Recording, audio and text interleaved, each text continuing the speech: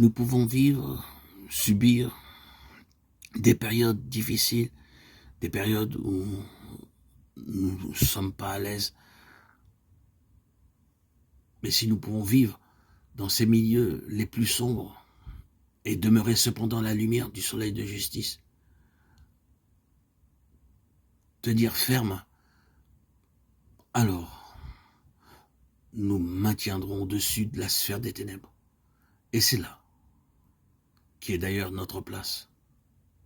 La puissance de l'air signifie une atmosphère chargée et impénétrable, montrant par là que la région autour de notre planète est composée de cette atmosphère chargée et impénétrable, sous la domination du prince de la puissance de l'air. Au-dessus de cette sphère se trouve la lumière, où le Fils de Dieu ressuscité est assis en attendant que ses ennemis soient réduits à lui servir de marchepied. Hébreux 10, 13. Quand vous priez, or, si tu ouvrais les cieux et tu descendais, Ésaïe 64, 1, vous priez Dieu de descendre à travers cette atmosphère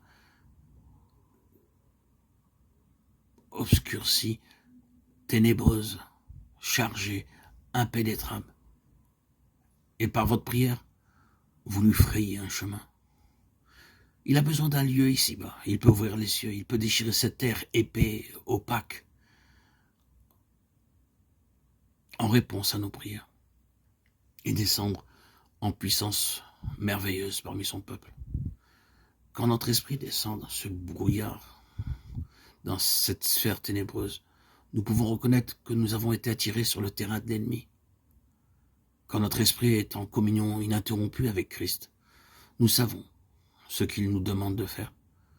Le Saint-Esprit demeure dans notre esprit. Si nous vivons dans un calme profond avec lui, nous arrivons à discerner les mouvements les plus doux de cet esprit. Quand nous n'avons pas été guidés dans notre esprit et que nous avons agi par nous-mêmes, tout a mal été. Quel enfant nous avons été, que Dieu était bon de se servir de nous. Il n'est pas étonnant que les puissances des ténèbres aient pu profiter de notre ignorance. Mais Dieu nous a donné la lumière, afin que nous devenions des soldats intelligents, capables de triompher dans la lutte. Le point culminant de tout le passage du 18e chapitre de la lettre aux Éphésiens est l'arme agressive du combattant, faisant tout temps par l'esprit toutes sortes de prières et de supplications. Paul ne dit pas à genoux, à haute voix, il ne dit pas seul, mais il dit par l'esprit en tout temps, c'est-à-dire des prières incessantes dans votre esprit. Voilà le secret. Si vous priez continuellement dans votre esprit, vous tiendrez l'ennemi en échec. Si vous ne priez pas, vous le laissez entrer. Dans cette guerre, il faut toujours maintenir la victoire par la prière. Il devrait toujours émaner de nous un souffle, un courant de prière provenant de notre esprit, où le Saint-Esprit habite. C'est ainsi que nous pourrons toujours être agressifs, que la prière s'arrête et vous vous apercevrez que l'ennemi vous encerclera de toutes parts. Pensez ce que nous pourrions accomplir si partout, toujours, nous allions avec cette prière incessante et agressive dans notre esprit. Et que nous devons prier aussi pour tous les saints.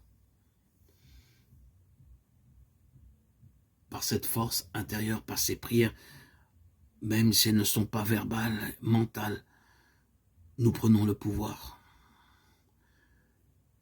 Nous maintenons fermes et vigoureux, vivifiés par l'esprit.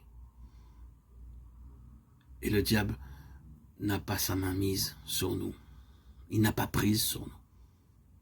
Nous sommes alors délivrés et libérés de ces forces ténébreuses, marchant et étant édifiés par l'esprit